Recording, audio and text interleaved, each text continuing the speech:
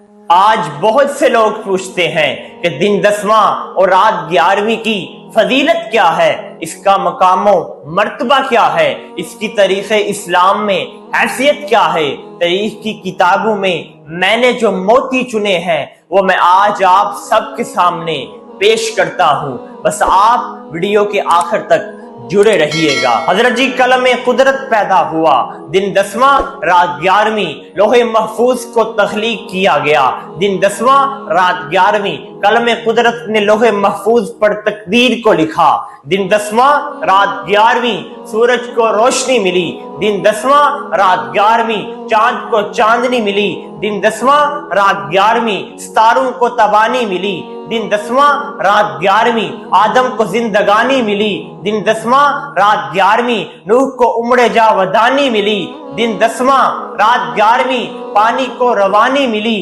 دن 10واں رات 11ویں اماں حوا کی پیدائش ہوئی، دن 10واں رات 11ویں زمین و آسمان کو تخلیق کیا گیا، دن 10واں رات 11ویں پہاڑوں کو زمین کی نیخیں بنایا گیا، دن 10واں رات 11ویں حضرت یونس مچھلی کے پیٹ سے باہر آئے، دن 10واں رات 11ویں حضرت یعقوب و یوسف کی ملاقات ہوئی، دن 10واں رات 11ویں حضرت ابراہیم پہ آگ گلزار ہوئی، دن 10واں رات 11ویں حضرت اسماعیل ذبیح اللہ کہلائے، دن 10واں رات 11ویں حضرت موسیٰ نے نیل کو پار کیا، دن 10واں رات 11ویں فرعون لشکر سمیت غرق ہوا، دن 10واں رات 11ویں کعبۃ اللہ کا دروازہ کھلتا ہے، دن 10واں رات 11ویں مسلمان قربانی کرتے ہیں، دن 10واں رات 11ویں مسلمان بڑی عید مناتے ہیں، دن 10واں رات 11ویں آج بھی مسلمان